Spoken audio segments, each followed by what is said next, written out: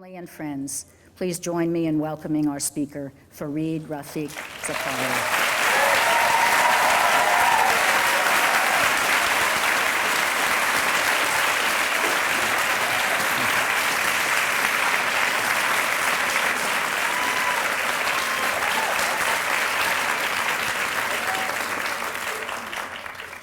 Shortly after he became president, John F. Kennedy took a trip to Europe. He had to consult with the leaders of Britain and France and Germany about the problems of the Cold War and Western democracies. We got back, he realized the trip had met with some success, some problems. It had all been a sideshow. As he walked down the steps of Air Force One, somebody asked him, "How did it go, Mr. President?" And he said, "I realized I am the man who accompanied Jacqueline Kennedy to Europe. I am the man who spoke after Barbara Walters at this graduation."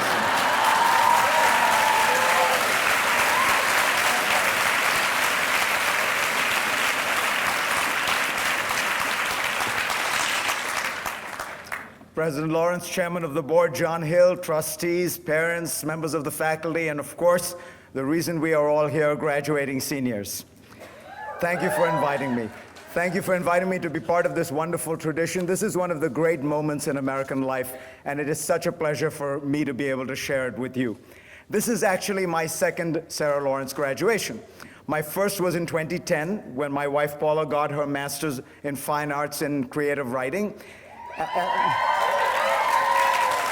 And I know from her absolutely glowing accounts, day after day, what a special and indeed unique place Sarah Lawrence is. Unfortunately, attending that graduation has not made my life today any easier, because the commencement speaker that day, this is 2010, was Juliana Margulies, who gave a beautiful, moving speech in which she explained that she turned down a $27 million TV contract to follow her muse and do off-Broadway shows in New York.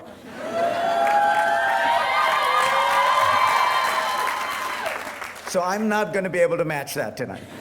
And I got to tell you quite honestly, I don't think I could.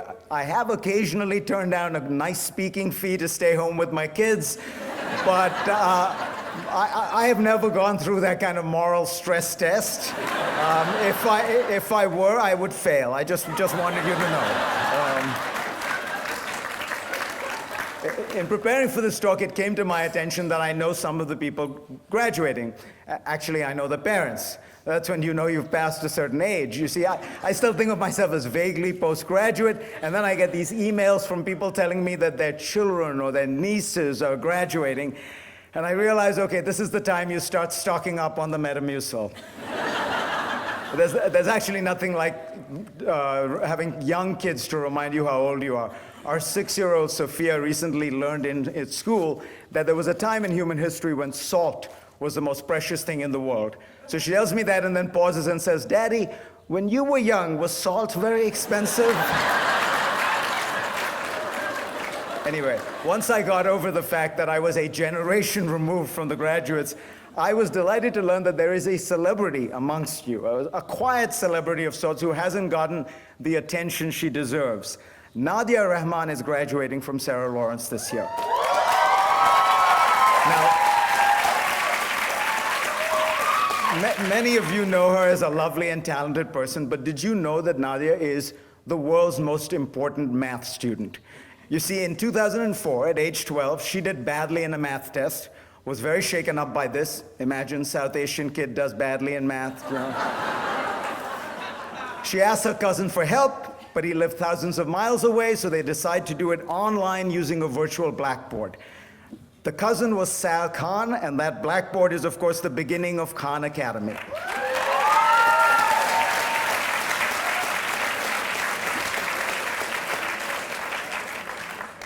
Christopher Marlowe wrote of Helen of Troy, "Was this the face that launched 1,000 ships?" Well, Nadia, you are the student who has launched 300 million lessons. So from everyone out there who's ever used Khan Academy, thank you.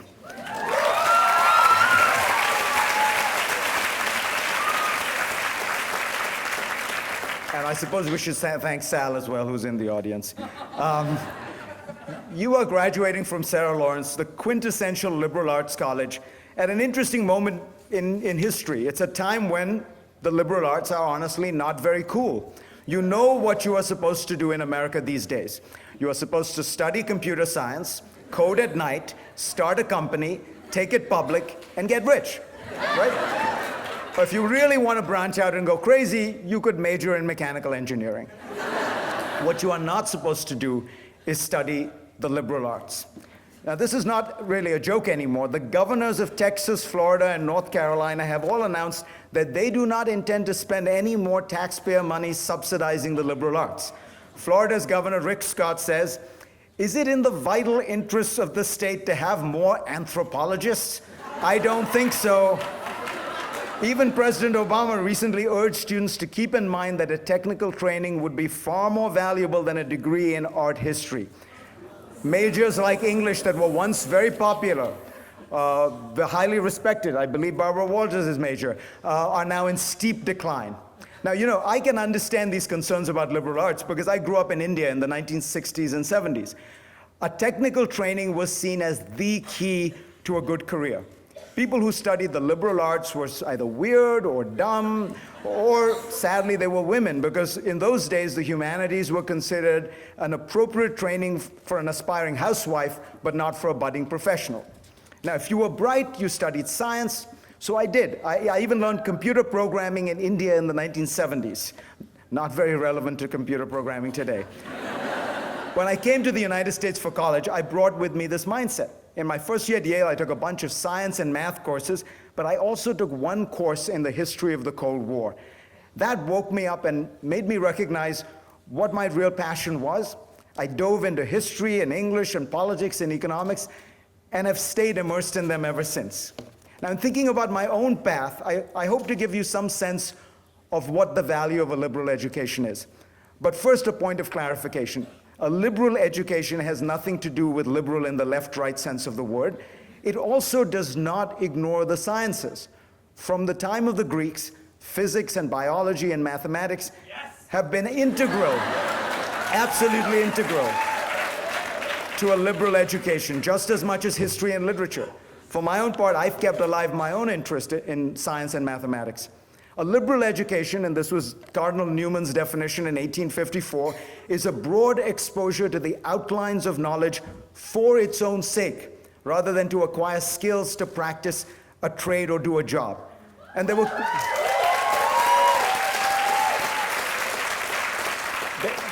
critics even then. Cardinal Newman says people asked, to what does it lead? Where does it end? How does it profit?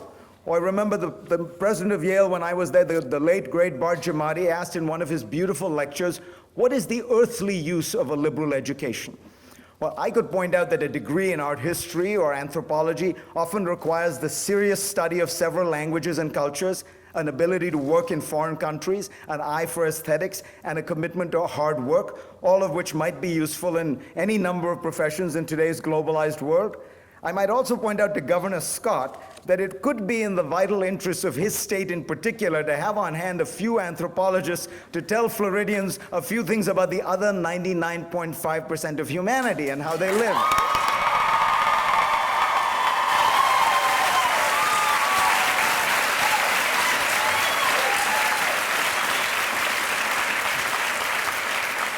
But for me, the most important earthly use of a liberal education is that it teaches you how to write. In my first year in college, I took an English composition course. My teacher was an elderly Englishman with a sharp wit and an even sharper red pencil, and he was tough. I realized that coming from India, I was pretty good at taking tests, at regurgitating stuff that I had memorized, not so good at expressing my own ideas. And over the course of that semester, I found myself beginning to make that connection between thought and word. I know I'm supposed to say that a liberal education teaches you how to think, but for me, thinking and writing are inextricably intertwined. The columnist Walter Lippmann was once asked what he thought about a particular topic. And he said, I don't know what I think about that one. I haven't written about it yet. I find that when I start to write, my thoughts turn out to be a jumble of incoherent, half-baked impulses that have been strung together with lots of logical gaps.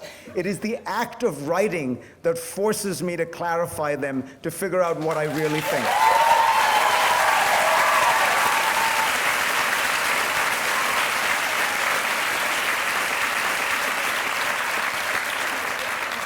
And if you think this has no earthly use, just ask Jeff Bezos, the founder of Amazon.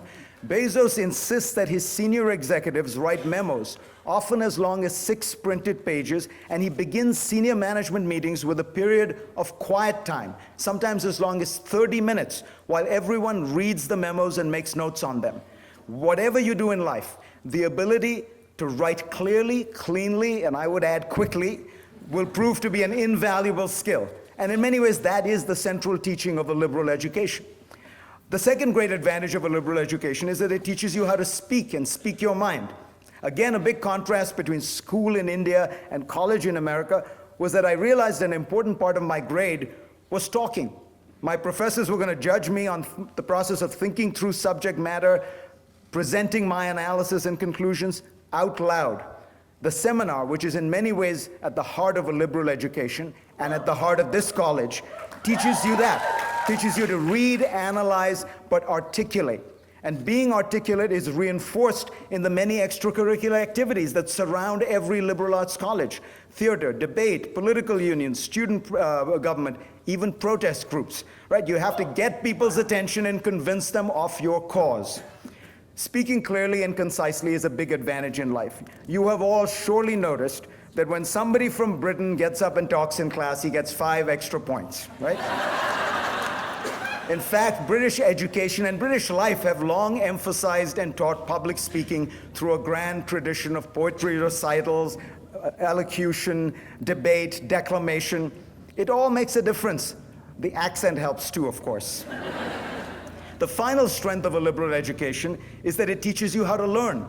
I now realize that the most valuable thing I learned in college was not any specific set of facts or piece of knowledge, but rather how to acquire knowledge. I learned how to read an essay closely, find new sources, search for data to prove or disprove a hypothesis, figure out whether an author was trustworthy. I learned how to read a book fast and get its essence, an invaluable skill. And most of all, I learned that learning was a pleasure. It was an adventure. Whatever job you take, I guarantee you, the specific stuff you have learned at college, whatever it is, will prove mostly irrelevant or quickly irrelevant. Even if you learned to code, but did it a few years ago before the world of apps, you would have to learn anew. And given the pace of change that is transforming industries and professions these days, you need that skill of learning, relearning, and retooling all the time.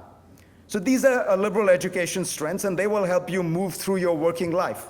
Of course, if you really want to be successful professionally, you will have to put in the hours, be focused, disciplined, work well with others, and most of all, get lucky. But you know what? That would be true for anyone, even engineers.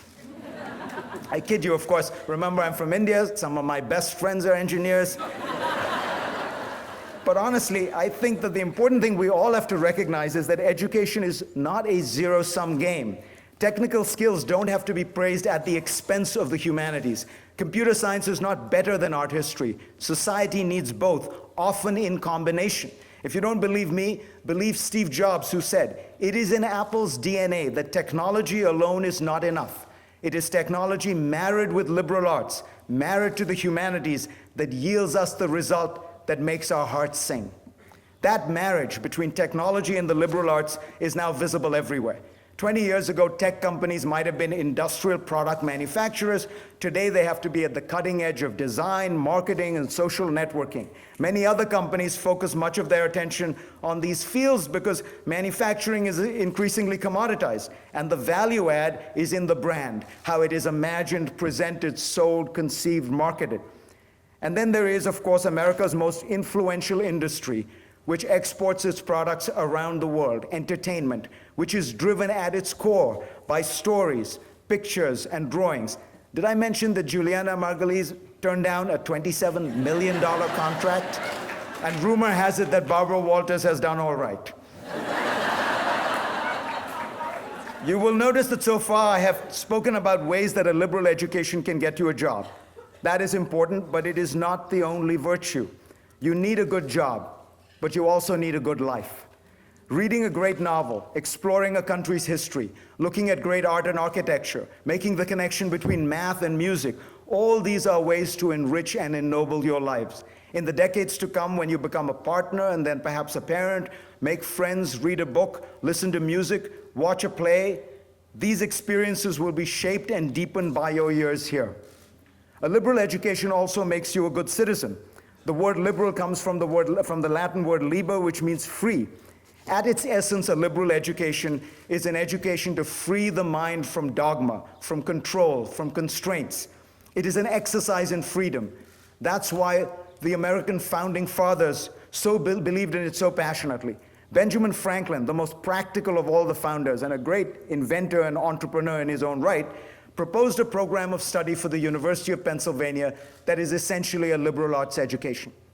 Thomas Jefferson, in his epitaph, asked that it not be mentioned that he was President of the United States, but his epitaph proudly mentions that he founded the University of Virginia, another quintessential liberal arts college. Now, there is a calling even higher than citizenship that a liberal education prepares you for. Ultimately, a liberal education is about being human. More than 2,000 years ago, the great Roman lawyer, philosopher, politician Cicero explained why it was important that we study for its own sake, not to acquire a skill or a trade, but as an end unto itself. We do it, he said, because that is what makes us human. It is in our nature that we are drawn to the pursuit of knowledge. It is what separates us from the animals. Ever since we rose out of the mud, we have been on a quest to unravel the mysteries of the universe and to search for truth and beauty. So as you go out into the world, don't let anyone make you feel stupid or indulgent in having pursued your passion and studied the liberal arts. You are heirs to one of the greatest traditions in human history, one that has uncovered the clockwork of the stars, created works of unimaginable beauty, and organized societies of amazing productivity. In continuing this tradition, you are strengthening the greatest experiment in social organization in the history of the world, democracy. And above all, you are feeding the most basic urge of the human spirit, to know. How's that for a defense? Ladies and gentlemen,